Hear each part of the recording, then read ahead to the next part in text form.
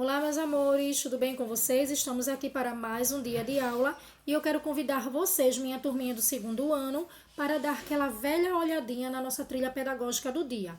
Hoje com as disciplinas de português e gramática, tá certo? Então abre aí o teu livro integrado Eu Gosto, na página 64, referente à nossa disciplina de português, porque hoje nós iremos trabalhar letras C e Q. Porém, antes de iniciarmos a leitura desse texto, eu quero aqui, certo, revisar com vocês o conteúdo que já foi dado referente ao padrão silábico do Q. O padrão silábico do Q ele é formado por 3 conjuntos de letras, tá bom? A primeira, QUA, depois QE e por último QI. E existe uma regra, tá certo?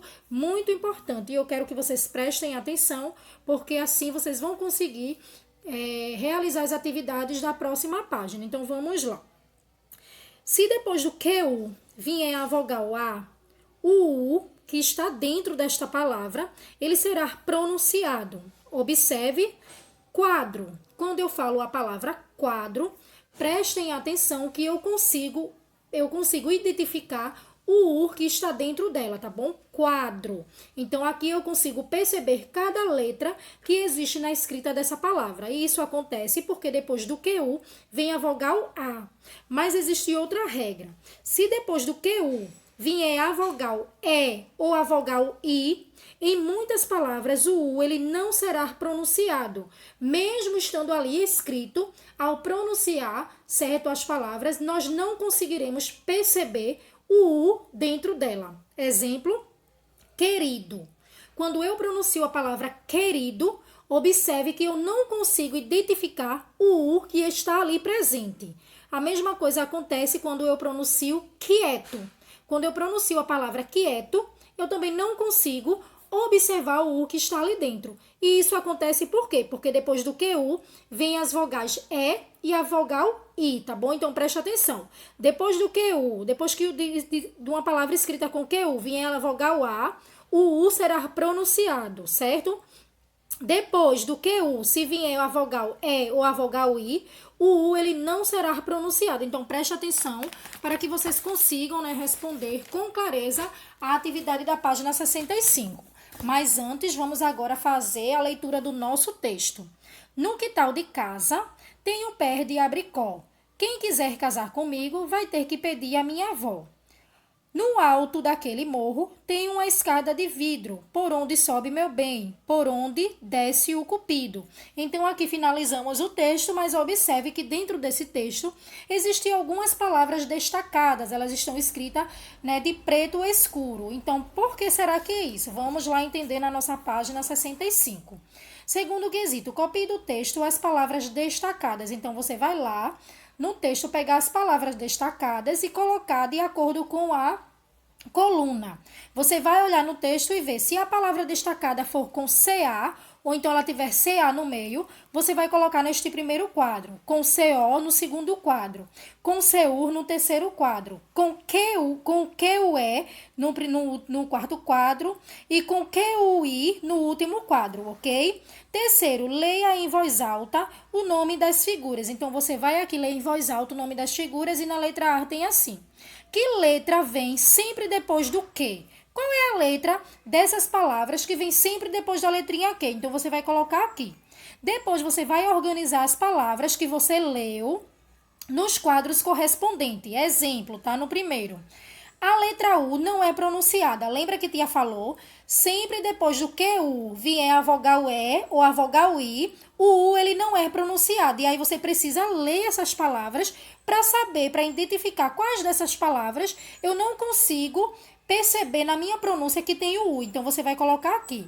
Já no outro quadro, a letra U é pronunciada. Lembra que tia falou? Sempre depois de QU vier a vogal A, o U ele é pronunciado. Então, essas palavras que tem aqui a pronúncia do U, que a gente consegue perceber, você vai escrever aqui, tá bom? Quarto, leia as palavras da atividade 2, depois marque a alternativa correta. Então, ele pergunta assim, ó, ele diz assim, qual dessas duas aqui é a alternativa correta? Qual é a certa, né? Nas sílabas K, Q, Ki, Ko, Ku, o som de C e que o é semelhante, então você tem que prestar atenção, você vai ler e vai identificar. Se é semelhante, você vai marcar um X, certo? Aí tem a outra opção. Nas sílabas K, que, ki, ko, ku, o som de que, o som de se e do que é diferente, então você vai prestar atenção de qual das duas alternativas é correta e responder, tá bom, turma? Então, realiza aí essas atividades com muito cuidado e atenção, porque agora nós vamos para a nossa atividade referente à gramática. Então, abre aí o teu livro de gramática lá na página 140, porque iremos falar agora sobre os antônimos. E o que seria antônimos? Antônimos são palavras, tá certo? Que tem a escrita diferenciada e é o oposto, o contrário daquilo que a gente está falando. Por exemplo, quando eu digo alto, qual é o contrário de alto? O contrário de alto é baixo, ok? Mas isso a gente vai ver daqui a pouco. Vamos lá fazer a nossa leitura, que tem por título Gente. No mundo tem de tudo, o alto e o baixo, o careca e o cabeludo, o gordo e o magro, o fraquinho e o forçudo. Tem gente triste e alegre, gentil e mal educada, séria e sorridente, calma e apressada. Então, observe que dentro do texto temos aqui, vários antônimos, tá bom? Então, vamos agora observar aqui, ó, antônimos são palavras que têm significados contrários, tá bom? E aqui a gente observa na nossa figura, ó, por exemplo, aqui temos 3 antônimos. O antônimo de gordo, o contrário de gordo é qual? Magro, alto, baixo, careca, cabeludo. Então, você vai observar aqui, que eu estou partindo de uma palavra para dar o contrário dela, tá bom? Então, antônimos são palavras que têm significados contrários, que é isso que a gente já vem dizendo aqui. Agora, vamos tentar fazer a nossa atividade da nossa página 141, referente ao que estudamos agora. Então, primeiro quesito, ligue cada palavra ao seu antônimo. Então, aqui você vai olhar as palavrinhas que estão em cima e ligar as palavras que são antônimos dela, ou seja, que é o contrário. Por exemplo, quando eu falo a palavra lindo, qual é o contrário de lindo? Lindo, feio. Muito bem, turminha. Então, você vai olhar direitinho o contrário de cada palavra, o antônimo, e ligar corretamente. Segundo, complete a frase com o antônimo da palavra destacada, escrevendo uma sílaba em cada quadrinho. Veja o exemplo. Temos aqui no primeiro exemplo, o chão não está molhado. Está o quê? Qual é o contrário de molhado? Seco. Então, aqui você vai olhar a palavra que está em destaque, que está escrita de vermelho escuro, e ao lado você vai colocar o antônimo dela, só que separando as sílabas, ok? Aí na letra A nós temos: a sala não está limpa. Ela está o quê? O contrário de limpa é... E aí você vai escrever a palavra, só que separando as sílabas, tá bom? Letra B. Ela não está calma. Está o quê? Qual o contrário de calmo? Aí você vai escrever e separar. Letra C. Esse brinquedo não é caro, o contrário de caro é o quê? Então, aí você vai dizer, tá bom? Aí tem a letra D e a letra C também para fazer. A letra D e E, desculpa. Terceiro, leia o vertente maldoso no mini dicionário. O que significa esta palavra? Então, você vai procurar no seu dicionário o significado da palavra maldoso, tá bom? E aí você vai escrever aqui na letra A. Letra B, pinte o quadrinho com o antônimo desta palavra. Qual é o antônimo da palavra maldoso? Temos aqui 3 opções. Você vai escolher a correta e aí você vai pintar o quadradinho referente a ela, tá bom? E agora, para finalizar, vamos para a nossa página 142, que diz assim no quarto quesito. Imagine um espelho que reflete o contrário.